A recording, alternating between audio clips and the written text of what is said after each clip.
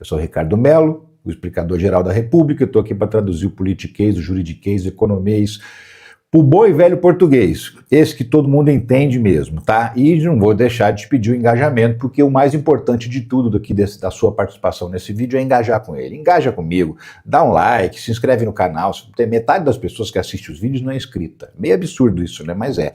Então, se você não se inscreveu ainda, se inscreva, tá? Deixa um comentário, qualquer engajamento que você dá no vídeo, ele é mostrado para 15, 20 pessoas a mais. Isso é o que faz esse trabalho continuar crescendo, né? E também te convido a entrar no nosso grupo de WhatsApp, porque quem está no grupo de Zap recebe tudo primeiro e recebe tudo sem nenhuma falha, porque é o seguinte, você sabe, né? O YouTube não entrega todos os conteúdos, não te manda todas as notificações, mas eu mando lá no Zap. Você entra no grupo, o link está aqui embaixo, ó, na descrição. É só clicar e entrar e passar a receber todos os conteúdos sempre que eles forem publicados, sempre como prioridade para a galera do grupo de Zap. Quem está no grupo de Zap, por exemplo, já estava esperando a live começar aqui, porque já tinha sido avisado, tá? Então, fica a dica aí para você que não entrou ainda. Mas vamos lá, que tem coisa para a gente comentar. E se tem, né? Acho que a grande notícia do dia foi essa entrevista que o Alexandre de Moraes deu para o jornal The Washington Post, lá dos Estados Unidos.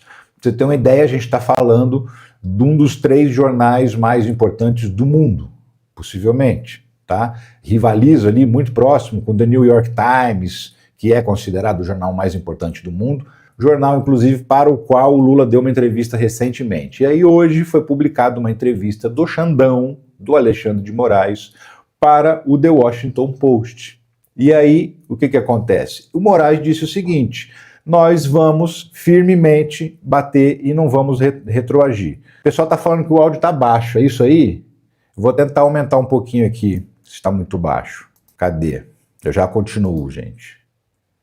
Propriedades de áudio avançadas, é aqui. Melhorou? Ah, agora eu acho que tá bom, hein? Vamos lá. Então, como eu dizia, Xandão falou, olha só, não vou retroceder em nada do que a gente já está fazendo, do que é necessário a gente fazer. Então, Xandão resolveu, de uma vez por todas, que vai continuar no mesmo patamar, na mesma toada que ele está andando. Por que eu digo de uma vez por todas? Porque essa entrevista é um recado direto para o Donald Trump, um recado imediato e direto para ele. Por quê? Porque é o jornal que é lido por toda a classe política norte-americana, da esquerda à direita, passando pelo centro. Todos os políticos dos Estados Unidos leem o Washington Post. Então, obviamente, bom, não vou dizer obviamente, né, porque o Trump é um ignorante. Mas, assim, pelo menos um relato dessa entrevista chegou no ouvido dele. Um relato de um assessor que leu a entrevista, fez um resumo e foi lá e contou para ele. No mínimo isso aconteceu. Obviamente que essa entrevista foi pensada, foi pedida e foi pensada a resposta, né, vou dar a entrevista justamente para dar o recado. Ó, não adianta que a gente não vai retroceder. O que tem que ser feito vai ser feito conforme está na lei, no Código Penal, no Código de Processo Penal e conforme está na Constituição brasileira. Fim de papo. Foi o que disse Xandão. Então, assim, perguntaram para ele, e aí, você é desagradável essas sanções, né? Ele disse, não é legal, obviamente não é legal, mas isso também não vai mudar o curso das coisas. O que tem que ser, vai ser. Quem tiver que ser absolvido, vai ser absolvido. Quem tiver que ser condenado, vai ser condenado. E fim de papo. Quem tentou dar um golpe de Estado vai responder por isso. É assim que a gente salva, que a gente segure de pé a democracia, né? Foi mais ou menos esse o teor aí da entrevista do Xandão. Não existe aqui, isso aqui é um outro trecho citado, inclusive, não existe possibilidade de recuar 1 milímetro, diz Alexandre de Moraes ao Washington Post. Então, assim, ele foi enfático ao dizer, olha, absolutamente nada vai mudar. Não importa que sanções venham, nada vai mudar. O processo vai seguir teu curso e, inclusive, começa a ser julgado já, né? Dias 2, 3, 9, 10 e 12 de setembro é o julgamento de Jair Bolsonaro. E a gente vai acompanhar aqui, você sabe, vai ser um evento de gala, então eu vou estar trajado para tal, conforme eu prometi. No dia de que Bolsonaro for condenado, estarei trajado de gala, de smoking. Isso é uma promessa antiga, uma promessa desde que eu vim de terno, né? Eu nem lembro agora qual era a ocasião que eu vim de terno, mas enfim, vou voltar de terno, de smoking agora, no dia da condenação de Jair Bolsonaro. Então vai ter o julgamento, não adianta apertar, pressionar, colocar tarifa, colocar lei Magnitsky, não adianta, não vai mudar absolutamente nada a situação. Para desespero do Bolsonaro, né, que está apostando tudo que tem e o que não tem na mão do Trump. E assim, o que ele está conseguindo conquistar? problemas para o Brasil, enquanto país. A economia do Brasil está sofrendo os impactos do tarifaço, né? O tarifaço está lá escrito, que é por causa do Jair Bolsonaro. Está na carta assinada pelo Donald Trump, isso. No primeiro parágrafo, está falando que o motivo é o Jair Bolsonaro. Então, o que o Bolsonaro conseguiu? Atrapalhar o país com tarifas que estão gerando desemprego e prejuízo econômico, principalmente para as regiões mais bolsonaristas desse Brasil. Olha que ironia do destino. Os mais prejudicados pelo tarifaço do Trump são os estados do Sudeste e do Sul, os estados mais bolsonaristas. Estão sofrendo esse problema do tarifaço, aí estão perdendo milhares de empregos, estão perdendo vendas, estão perdendo negócios que fechavam há mais de 30 anos. Então ele conseguiu isso e conseguiu que o processo não mudasse absolutamente nada. Inclusive, não vou querer... Eu vou querer sim, eu vou querer chutar isso sim. Eu acho que os juízes todos, os ministros todos do Supremo Tribunal Federal estão mordidos com isso. Então, e isso aí vai vir na sentença, e vai vir pesada a sentença. Vai vir para mais de 30 anos de cana para essa galera, principalmente para o Jair Bolsonaro, por tudo que está fazendo. E ainda vai ser processado, depois que terminar esse processo, por essa coação que ele está realizando contra os ministros que vão julgá-lo. Como que ele está coagindo? Financiando o filho para fazer o que está fazendo nos Estados Unidos, né? Sigamos aqui falando de Supremo Tribunal Federal. O Barroso disse hoje que não vai se aposentar não, viu? Pessoal, eu até fui questionado hoje, participei do DCM, logo vai ter um corte aqui do DCM também para você ver minha participação do Diário do Centro do Mundo, né, com o Thiago Suma, e o Barroso, a gente conversou sobre isso, porque tinha uma informação de que ele ia se aposentar logo após entregar a presidência do Supremo Tribunal Federal. Inclusive, essa é uma história que eu escuto há anos, que diz, né, que eu já ouvi muitas vezes de várias fontes diferentes, de que ele só estava esperando ser o presidente, era até uma questão de realização pessoal, ser presidente do Supremo Tribunal Federal para depois sair. E aí, sei lá, virar advogado ou se aposentar e curtir a família, não sei, né? E curtir tranquilo o patrimônio que ele tem lá nos Estados Unidos também. Tem gente falando que ele fala em aposentadoria para tentar proteger o patrimônio, para não ficar julgando, para não sofrer mais sanções dos Estados Unidos. Mas ele disse que não tem nada disso não, gente. Eu tô feliz da vida. Ele falou assim, tô feliz da vida no Supremo Tribunal Federal, não tenho nenhuma intenção de aposentadoria não, vamos embora, toca o barco, que tem processo pra caramba para julgar. Então assim, ele desmentiu, ele próprio, né? Quer dizer 100% que é mentira? Não, não quer dizer 100% que é mentira, porque a gente está acostumado a ver gente negar até no último minuto, né? Principalmente, assim, autoridades públicas. Político, então, nem se fala. O cara nega até o último segundo, no último segundo ele sai.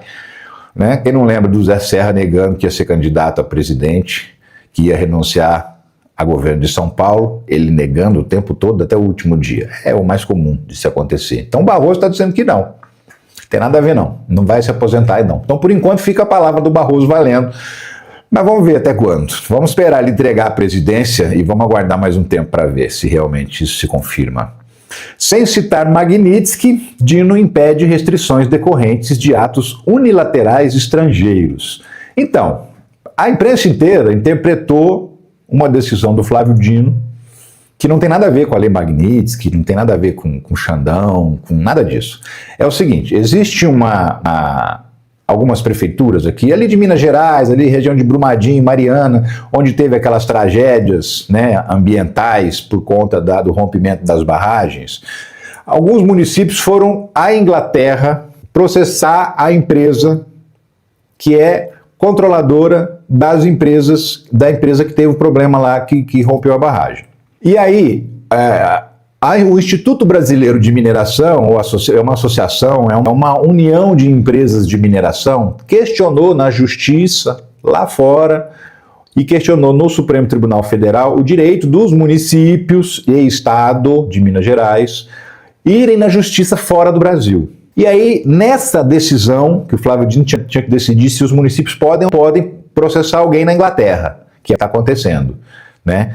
E aí o Flávio Dino decidiu o seguinte, que é preciso ter autorização judicial da justiça brasileira para fazer esse trâmite de processar alguém lá fora. No caso, estados e municípios. E aí No despacho em que ele está falando sobre isso, que não pode, que tem que pedir autorização judicial antes de entrar com esse processo na Inglaterra, ele diz que, do mesmo jeito, não vale nada de fora para dentro nem dentro para fora.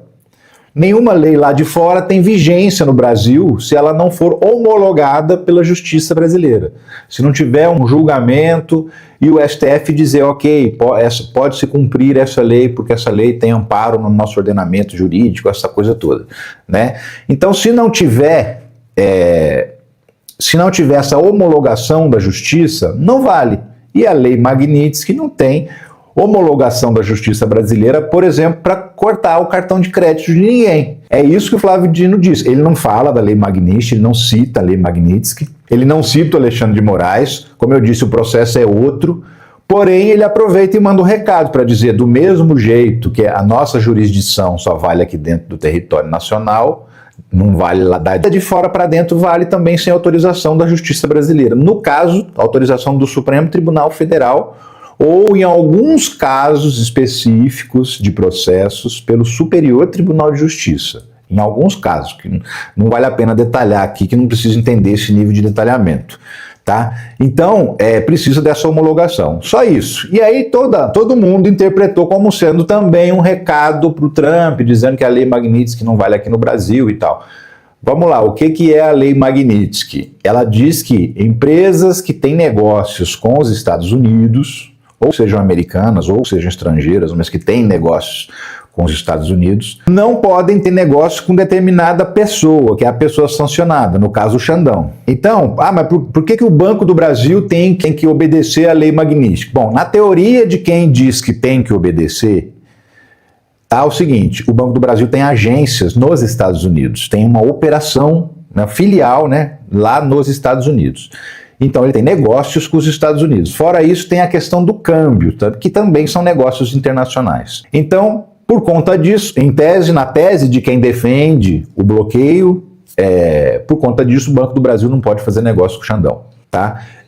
A tese de quem diz que não é assim que funciona, que o Banco do Brasil pode manter negócios com Alexandre de Moraes, é a tese, inclusive, a que está valendo agora, né? Ele, por enquanto, não aconteceu nada com as contas dele, ele só não pode operar em dólar, ele não pode comprar dólar, vender dólar, essas coisas, fazer câmbio, ele não pode. De resto, está podendo tudo por enquanto. E o Eduardo Bolsonaro, inclusive, está tentando engrossar para ver se piora o alcance da lei, se os Estados Unidos emitem uma segunda ordem. Ele está tentando, porque até o momento não mudou a vida do ministro, mas tem essa discussão de que vale ou não vale. Então as empresas que têm negócio com os Estados Unidos não poderiam fazer negócio, ter cartão de crédito, ter conta bancária, ter nada, ter nenhum tipo de relação com o Xandão, que é a pessoa sancionada. É isso, ficou claro? Então vamos que vamos seguir que tem mais notícia. Essa aqui eu também queria comentar muito contigo. O setor privado dos Estados Unidos alerta sobre o risco China e pede alívio ao Brasil. Sim, empresas dos Estados Unidos estão pressionando o governo Donald Trump, dizendo, se você continuar cobrando essas tarifas aí por conta de política, essas tarifas do Brasil, você está prejudicando as empresas norte-americanas aqui. E de quebra, Trump, você está empurrando o Brasil para o abraço com a China. Né? O Brasil já está no BRICS, o Brasil a China já é o maior parceiro comercial do Brasil, você está empurrando mais o Brasil na direção da China, é isso que os empresários norte-americanos estão dizendo. Porque é o seguinte, o Brasil produz assim, a maior parte do suco de laranja do mundo, por exemplo, do planeta, a maior parte é produzida aqui. Né? E assim, quase todo o suco de laranja consumido lá nos Estados Unidos produzido no Brasil. Então esse é um dos exemplos de um produto que não está que está na lista, não está na lista de exceções, né? O café, a mesma coisa, 30% do café consumido nos Estados Unidos sai do Brasil. Então assim, e a quantidade de importadores norte-americanos, que são empresários que vendem, faz distribuição, dono do supermercado, todo mundo perde com isso, porque o produto chega lá mais caro e vai vender menos. Então, se vai vender menos, eles vão comprar menos. E gera desemprego também nos Estados Unidos, além de gerar inflação. Né? Gera inflação porque o produto fica mais caro, gera desemprego porque o importador vai reduzir pela metade a importação, ou às vezes até menos do que isso, e aí ele vai ter que demitir gente, porque ele vai faturar menos. Então, gera desemprego lá também.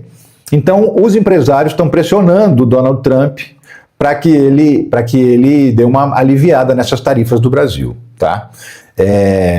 E olha só essa notícia aqui, como é de assustar. Carne bate R$ 150 o quilo nos Estados Unidos.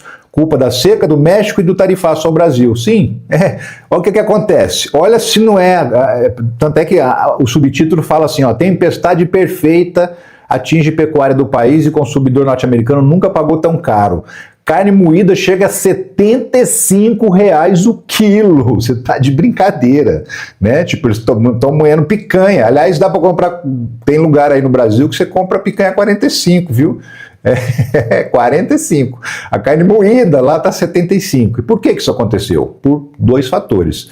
Tem uma seca braba, isso está afetando as pastagens norte-americanas, e isso também afeta a produção de carne deles, né? A criação dos animais que vão ser abatidos. Então isso afeta. O animal demora mais para ganhar peso, então abate menos, produz menos carne para o mercado. Então, menos carne, menos produto, vamos sempre repetir, menos produto, preço sobe. Produto sobrando, preço cai. No caso, está faltando produto. Se está faltando produto, preço sobe. Aí, tem as questões tarifárias com o México e com o Brasil, né? Então, o Brasil está tarifado em 50% da carne brasileira, então, tipo, quase que paralisou o envio de carne brasileira para os Estados Unidos. Então, quem abastecia esse mercado, que era o mercado brasileiro, que mandava essa carne para lá, não está mandando. Então está chegando menos carne. Os Estados Unidos produziram menos carne e quem vende para ele está vendendo menos também, por conta do tarifaço do Trump. E aí o que acontece? Está faltando carne no mercado norte-americano. E aí o preço explode. R$ 150 um quilo de carne é de brincadeira, né não? E isso aí tem um reflexo imediato, que é a popularidade do Trump, que ó, despenca. Cai nas pesquisas, meu amigo. Trump cai nas pesquisas de opinião dos Estados Unidos enquanto impõe tarifa sobre o Brasil. Trump nunca foi, aliás, ele é o presidente mais impopular deste período do mandato, tem 6 meses de mandato praticamente. Nenhum presidente foi tão impopular. Olha os números aqui. Uma recente pesquisa do Instituto Gallup indica que Trump tem a menor taxa de aprovação de 37% de qualquer presidente neste momento em seu primeiro mandato desde 1961, desde os primeiros 6 meses de John Kennedy. A pesquisa Atlas, taxa geral de aprovação de Donald Trump em relação ao seu mandato, atualmente é de 43%, aprovação 44,3%. Uma queda em relação à pesquisa anterior, que era 50%, então caiu praticamente 5,8 pontos em janeiro, de janeiro para cá. No mesmo período, a desaprovação subiu de 49,7% para 54,9%. A desaprovação cresceu 5 pontos percentuais. E isso aqui é o mais importante, presta atenção, ó. Em uma pesquisa recente da Gallup, 64% dos independentes declararam ter uma opinião negativa sobre o desempenho de Trump. Ou seja, sabe aquele sujeito que não é o aficionado pela política? Ele não é nem democrata, nem republicano, e isso é uma parcela gigantesca do eleitorado dos Estados Unidos. Essa galera vota conforme ele acha que vai dar certo. Tanto faz ser republicano, ser democrata, não tô nem aí. Essa galera, 2/3 dessa galera não quer nem ver o Trump pintado de ouro. Entendeu? E nem pelas costas, quer ver distante. E esse é que é o problema, esse eleitorado de centro, que não é independente, eles chamam de independente justamente porque não tem vínculo direto, não é filiado, não é torcedor, não é nada disso, não é aficionado de nenhum partido. E é uma galera grande, assim, é mais de 1/3 do eleitorado dos Estados Unidos, e essa galera não quer saber de Donald Trump. Então, o que vai causar? Ano que vem tem eleições de meio de mandato, que é as chamadas midterms, e essas eleições vão renovar uma parte do Senado e uma parte da Câmara dos Deputados. Hoje, os republicanos têm 3 deputados a mais só do que os democratas. E a tendência é perder essa maioria e a Câmara ser dominada pelos democratas. Se isso acontecer, o Trump não vai conseguir fazer nem 1/3 das coisas que ele está fazendo aqui livremente, sem nenhuma oposição do Congresso Nacional, porque aí os democratas vão dominar a cena. E é isso que tende a acontecer diante dessa impopularidade do Donald Trump. Ele está aí super impopular, é o presidente mais impopular em 6 meses, desde 1961, olha o tempo que faz, E ninguém foi tão ruim, na opinião do norte-americano, quanto o Donald Trump. Então isso aí também é inflação, né? Os preços subindo, produto faltando, brigando com todo mundo, o mundo inteiro odiando os estadunidenses, o mundo inteiro, né? A rejeição, o chamado anti-americanismo cresceu absurdamente. Já falei aqui sobre pesquisas a respeito disso também. No Brasil mesmo, cresceu em 1/3 o número de pessoas que detesta os Estados Unidos e detesta quem vem de lá. Então tudo isso obviamente que afeta a autoestima do cidadão estadunidense e isso vai pegar para o presidente, tudo isso, a inflação principalmente. Prometeu que ia acabar com a inflação, ele só está conseguindo é mais inflação. O governo vai arrecadar, que é uma beleza, porque as taxas são pagas para o governo, né? E quem é que paga essa taxa? O cidadão estadunidense. Ele, que vai ter até $4.000 a mais de gasto, isso o cidadão médio estadunidense. Até $4.000 a mais de gasto por ano por conta das tarifas do Donald Trump. Segura essa para você ver. Pois é. Vamos continuar aqui. Aqui o Francisco Cruz está falando, Disney sem turista, Las Vegas sem turista, exatamente, as pessoas estão detestando, ninguém quer saber, ninguém quer arrisca ir para os Estados Unidos, porque você vai para lá, você corre risco de ser deportado quando você descer no aeroporto lá nos Estados Unidos. Aqui não, aqui você pode até embarcar, mas tem gente que chega com o visto bonitinho, legalzinho e volta. Então quem é que vai arriscar? Enfim, é a escolha deles, né? Mas vamos lá, inclusive continuando falando sobre política internacional. Deixa eu molhar o bico aqui. Lula recebe segundo telefonema de Putin em 9 dias e o russo compartilha informações sobre reunião com Trump. Bom, o Putin ligou esses dias para trás aí para falar com Lula, né? A respeito, inclusive falaram do tarifaço, falaram desses assuntos. E agora, 9 dias depois, o Putin liga de novo. E as duas vezes quem ligou, quem pediu a ligação foi o presidente da Rússia para falar com Lula, né? Porque tem todo um protocolo para 2 presidentes falarem, não é um passa a mão no telefone, ô Lula, tudo bem? Não é assim, né, gente? Tem um monte de situações, de preparações, né? A assessoria conversa com a outra assessoria, combina o que vai conversar e tal. A conversa mesmo é quase que um jogo de cena, assim, que já foi definido, entendeu? Os caras estão só para assinar lá, então eles só para dar aquele alô e tal. Então, obviamente, tem um pedido que vem de um lado, olha, o presidente gostaria de falar com o seu presidente aí, e as 2 vezes o pedido veio do Vladimir Putin. O que acontece? O Brasil está na presidência dos BRICS, que é o grupo que reúne Brasil, Rússia, Índia, China e África do Sul, né? E outros países que entraram também, mas o nome deles não está na sigla do BRICS, continua sendo só BRICS. O Lula está na presidência do BRICS, então obviamente ele vai ser consultado, é natural que os outros presidentes do BRICS liguem para o Lula para poder se comunicar coisas que estão acontecendo que são importantes, inclusive porque Brasil e China são 2 países que se uniram para tentar oferecer uma alternativa de paz para a guerra Rússia-Ucrânia. Então, assim, também ligou para dar uma satisfação, porque o Lula está encabeçando esse negócio, essa briga. Ele tentou várias vezes propor negociações diferentes dessas que estão sendo feitas agora, porque você viu o que vai acontecer, né? A Ucrânia vai ter que entregar um pedaço do seu território para a Rússia, o pedaço que já está invadido vai ficar para a Rússia, para acabar a guerra. É isso que vai acontecer, é só esperar para ver. Está quase definido já, né?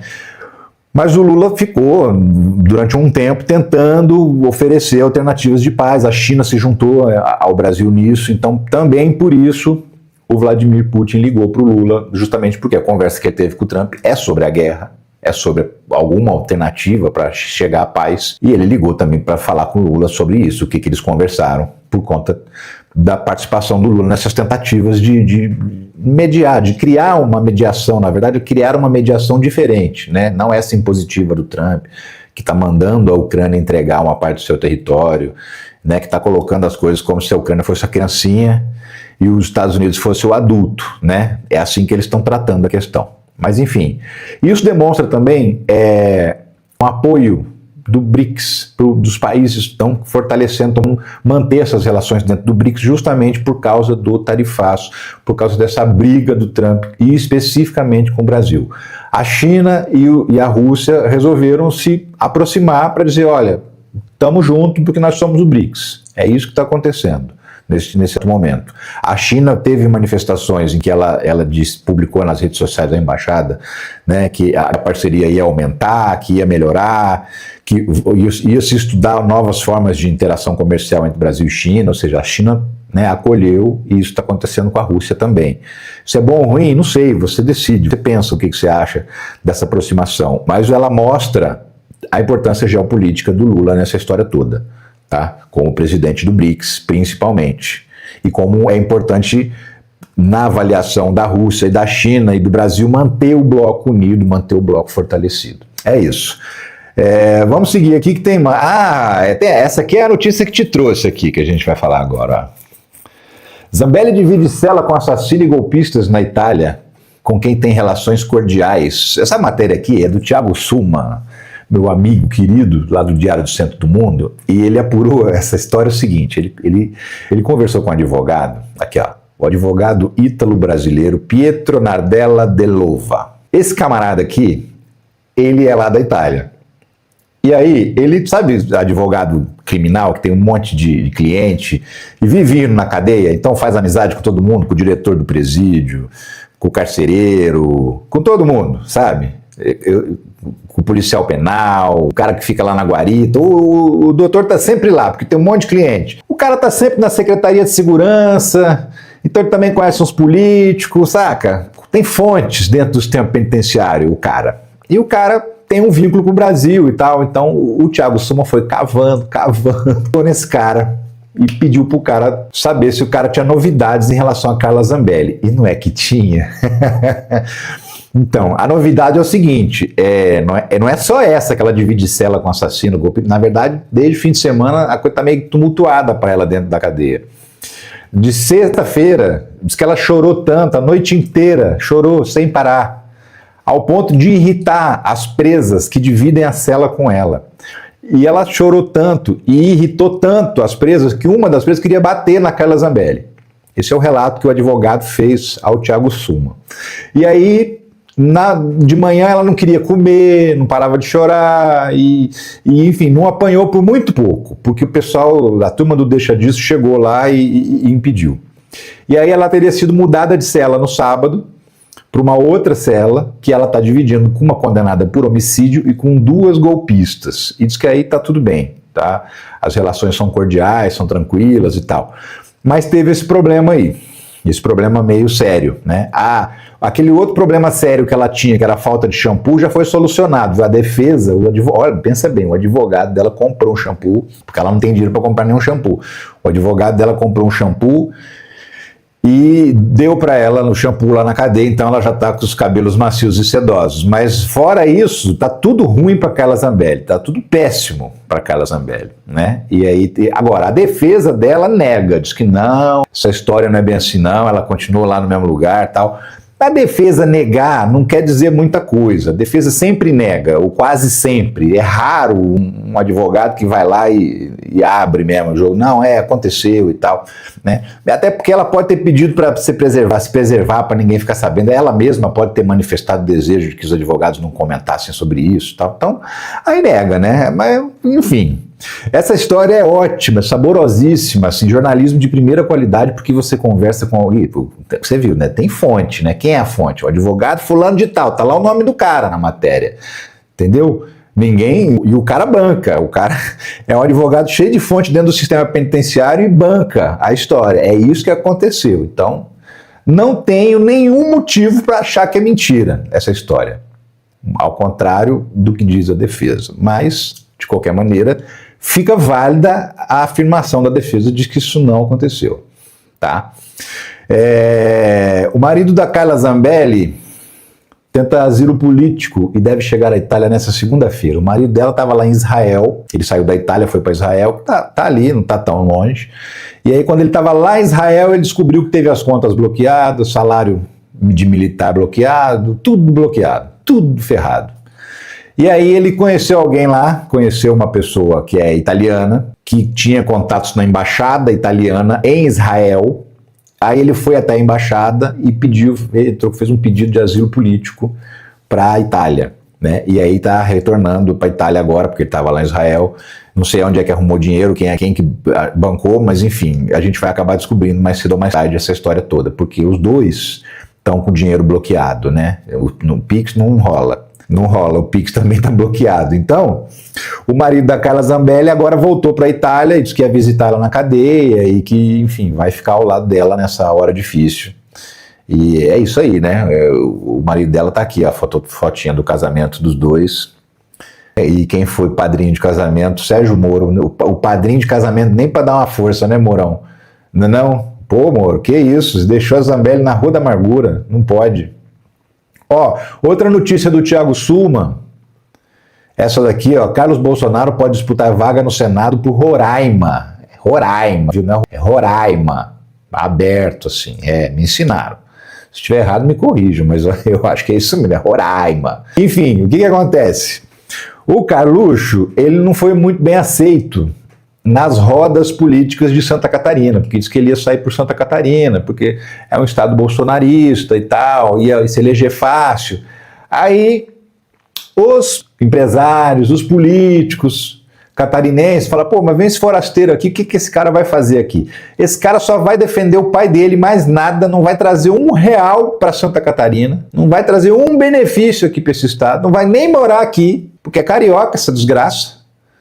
E aí, se ele se eleger, ele vai do Rio para Brasília. O que ele vai fazer em Florianópolis? No máximo, ele vai montar um escritório em Florianópolis, que ele vai passar 2 vezes por ano, e o resto do tempo os funcionários ficam lá para falar que ele está fazendo alguma coisa por Santa Catarina. Então, pegou meio mal, assim. E o empresário tem influência na política, você sabe como é que é, né? Inclusive, tem um lá em Santa Catarina que é muito influente na política catarinense, um empresário bastante conhecido, bastante famoso, que até ele teria falado, olha, eu acho que não é uma boa não, vim aqui para Santa Catarina para ser candidato a senador. E aí, ele está pensando em outra alternativa. Para onde que eu vou então? Para onde que eu vou? Já que eu estou de CFI de quem? Para onde que eu vou? Né? E aí teria escolhido Roraima, porque tem 2 condições essenciais para ele ganhar uma eleição para senador. Uma, Bolsonaro teve 76% dos votos lá. 2, tem uma população muito pequena, o número de votos para você se eleger não é grande. Não precisa ter tanto voto assim. E o lugar é concentrado em bolsonaristas. Pronto, tá eleito, né? Então Roraima seria a alternativa. Só que tem uma disputa também, porque tem o cara lá de Roraima que quer ser candidato, o outro também, porque são 2 vagas, né? Tem essa disputa aí. E aí, quem é de Roraima não quer abrir mão para o Carlos Bolsonaro chegar chegando lá. Eu me lembro de quando o Sarney foi pelo estado do Amapá porque tinha medo de não se eleger pelo Maranhão. E ele foi para o Amapá pelo mesmo motivo. Ele era uma figura conhecida, né, já tinha sido presidente e num estado de população baixíssima. Então precisou de pouco voto para se eleger senador. E ficou muito tempo senador por Amapá. Enfim, mas é isso. Vamos seguir que tem notícia. Essa aqui é ótima. Olha só, empresas ajudaram Bolsonaro com ameaças, pernil e voto de cabresto na eleição. Estamos falando, meus amigos e minhas amigas, de assédio eleitoral. Sim, o que é isso? É o patrão obrigar o funcionário a votar no candidato dele, fazer campanha dentro da empresa, sabe? Insinuar que pode haver demissão se o candidato dele não ganhar, ou fazer o funcionário usar uma camiseta de campanha, colar um bottom na camisa, sabe? Esse tipo de coisa. Tem um monte de empresa que faz. Eu tenho certeza que só nessa live aqui tem gente que conhece empresa que faz isso. Tenho certeza. A Folha de São Paulo, ela analisou 30 condenações na eleição agora de 2022 e aí teve de tudo. Teve o cara que ofereceu o pernil para os votarem no Bolsonaro, teve o outro que falou que se não votasse ia ter demissão na empresa. Teve outro que fez campanha dentro da empresa, fazia palestra dentro da empresa, os palestrinhas falando do Bolsonaro. Todos os o Bolsonaro. Todos. Absolutamente todos. Tá? Não tem um caso de assédio eleitoral registrado em nome do Lula. Nenhum de empresa ou empresário que falou, se não votar no Lula, eu vou te mandar embora. Não tem. Por aí você vê a diferença. E esse levantamento reforça isso. Esse levantamento, pegaram 30 condenações, as 30 eram do Bolsonaro. Era de empresário obrigando, tentando que os funcionários a fazer campanha ou a votar no Bolsonaro. Tomaram e altíssimas, são multas milionárias. Agora uma quantidade grande de empresas que fizeram acordo, que assumiram que fizeram, porque tem isso, né? Geralmente esse negócio vira processo, condenação, porque a empresa insiste em dizer que não fez, nega o óbvio, tá cheio de prova e a empresa tá lá negando. Aí ela é condenada. Mas tem aquela outra empresa que fala, é verdade, fizemos mesmo, o senhor me desculpa. Aí o promotor fala, ok, vamos fazer um acordo de não persecução penal, você vai pagar uma multa de tanto para não ser processado, já que você está admitindo a culpa. Então a gente está falando de 30 condenações aqui, mas tem centenas de casos em que a empresa admitiu que tinha feito, pediu desculpas, pagou uma multa milionária, pesada mesmo, como termo de ajustamento de conduta, se comprometeu a não fazer nunca mais isso, aquelas que tiveram pelo menos a decência de assumir, né? Essas aqui é que não tiveram nem esse mínimo de decência que é de assumir o que fizeram. Enfim, e toca o barco. Regulação de redes. O governo deve enviar projeto nessa semana, diz Wagner. Wagner é o Jacques Wagner, que é o líder do governo no Senado. Ele é baiano, Salvador, foi governador da Bahia e é senador hoje. Ele diz que o governo deve mandar um projeto de regulação das redes, porque tem alguns, né, tem uns 2, pelo menos, já na Câmara, e especificamente falando sobre a questão das crianças, da adultização, que é um termo que surgiu agora, assim, que virou por conta do vídeo do Felca, né, a adultização, tem 7 ou 8 projetos já em relação a isso. Então o que vai ter que ser feito? Vai ter que fazer um compiladão. E o Lula, presidente Lula, vai colocar o projeto dele na parada também para ser discutido, porque todos esses projetos vão partir do zero. E aí o que tiver de bom em cada um deles, eu espero, né, que a gente espera, que na tramitação, o que tiver de bom de cada um deles se some e vire uma coisa só num projeto de lei. Na prática vai ser uma guerra, porque a oposição não quer de jeito nenhum saber de regulação de rede, porque como é que eles vão viver sem mentira? Não tem como. Eles simplesmente desaparecem do mapa, volta a ser os tio do pavê só. Só que para isso tem que neutralizar essa gente, né? E a gente está lutando para isso, com regulação de rede. E o governo está mandando a regulamentação de rede, o projeto de regulamentação de rede, para entrar nessa discussão também. Por quê? Porque, sobretudo, crimes muito graves, como exploração sexual de crianças, como diversas formas de instigação, de incentivo à violência, inclusive a autoviolência, sabe? A automutilação, tem tudo isso nesse rolo aí. Tá? E tem muitos crimes que são cometidos. Se você está pensando que os crimes, os mais terríveis que acontecem na internet, são os crimes em que um fala mal do outro, você está muito enganado. Tem coisa muito mais séria lá embaixo, do submundo das redes. Enfim, outra notícia aqui que vale a pena comentar, Boletim Focus. Mercado reduz projeção de inflação para 2025 a 4,95%, menor nível ao ano. O que é o Boletim Focus? O Banco Central toda semana manda uma pesquisa para os banqueiros. Aí vota lá os analistas, os operadores, o dono do banco, o CEO, o CFO, não sei mais o que e tal, todo mundo vota. A galera que conhece o fluxo do dinheiro. E aí nessa pesquisa diz assim, quanto você acha que vai ser a inflação ano que vem? Aí com base nos cálculos que o banco faz, ele fala 5%. Outro banco a mesma coisa, outro banco a mesma coisa, outro banco a mesma coisa, dezenas de bancos, de financeiras, de operadoras, de investimento, dezenas, todo mundo vota. Isso aí é compilado, é feita uma média, e aí é assim, o mercado, isso é o mercado, é essa média, tá?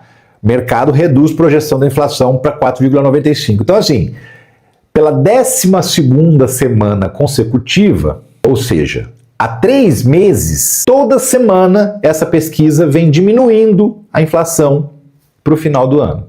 Toda semana. Sem nenhuma exceção. Não teve uma semana que eles falaram que a inflação ia subir ou ia ficar parada, não. Todas as últimas 12 semanas tem apontamento dizendo que a inflação vai ser menor do que eles estavam imaginando. E ela vem caindo. A última projeção estava em 5,10, olha, já está em 4,95. Inflação controlada, em queda. E as projeções mostrando, todas as projeções, ou seja, inclusive daquela galera que a gente sabe que tem interesses muito escusos, que é a galera do mercado financeiro, inclusive essa galera não está tendo como negar que a inflação vai ser menor e está apontando isso nos seus índices. Pois é. Inflação menor, mas a grana continua curta, não continua não? Ah, sempre, né? Para todo mundo. Então, eu queria te perguntar o seguinte, ó, tá vendo esse cara aqui? Vou mostrar para você aqui mais em destaque aqui, ó. Ele obviamente autorizou eu mostrar esse print, né? Esse cara chama Paulo Rodrigues, ele trabalha numa fábrica e há pouco tempo ele começou a trabalhar online em casa, como se fosse um segundo emprego. Na verdade, é um trabalho que ele começou a desenvolver 100% home office. Ele chega em casa depois do trabalho, ó, vai se dedicar. Olha só, aqui não tem um recibinho. Esse aqui é o Paulo Rodrigues, né? 4 meses de trabalho, até troquei as bolas aqui, mas tem o cara que eu já vou te mostrar. O Paulo Rodrigues está 4 meses trabalhando com isso. Nesse caso, dedicação integral, totalmente integral é ótimo, né? E está ganhando $2.154. Isso dá R$11 mil por mês. Tá aqui, ó, o Carlos Matos que eu falei, ó. Ele trabalha numa fábrica e chega em casa e, ó, vai trabalhar no computador. E já está ganhando $643, dá R$3.200. Isso é salário extra, é grana extra. Ele tem emprego, tá? E aí, meu amigo, dá uma olhada na Cláudia Oliveira, $3.134, isso dá R$16 mil. Ela tinha emprego, que ela entrou assim meio ressabiada. Primeiro, não vou abandonar o emprego não e tal. Já pediu demissão do emprego, já saiu, tá 100% home office agora, ela dos horários dela, domina o tempo dela. Sabe? Ah, preciso ir no médico, não precisa pedir autorização para ninguém, simplesmente sai e vai. Dá para cuidar dos filhos em casa, dá para, enfim, dá para ter gente que é aposentado, que a grana tá curta, quer dar uma esticadinha, dá também, né? Se você quiser conhecer essas oportunidades, olha só, tá vendo isso aqui? É o seu celular, você tá assistindo o vídeo no celular, aqui embaixo tem um link, ó, embaixo, na descrição, é o primeiro link que aparece na descrição do vídeo. Você clicando aqui, você vai ser redirecionado para uma conversa com o Clayson. Sou nosso amigo youtuber, também progressista, que nem a gente. Então, o Clayson vai te explicar tudo que você precisa saber e vai te liberar um treinamento grátis. 3 aulas grátis para você entender exatamente do que eu estou falando, qual é a dinâmica desse negócio, para aí sim você decidir se embarca ou não. Isso pode mudar a sua vida, tá? Então, ó, o link aqui na descrição é o primeiro de cima. Clica, não perde essa oportunidade não, porque isso realmente pode mudar a maneira como você ganha a sua vida, porque trabalhar em home office, eu te digo por experiência própria, é bom demais, viu? Ter flexibilidade de horário, ter liberdade de decidir a hora em que você vai trabalhar, em que condições você vai trabalhar de bermuda e camiseta, enfim, é bom demais, tá bom? A reunião daqui para cima é uma coisa, né? Daqui para baixo, como diz Cid Moreira, pode estar de qualquer jeito, né? Tá em casa, meu amigo, mas enfim, é isso.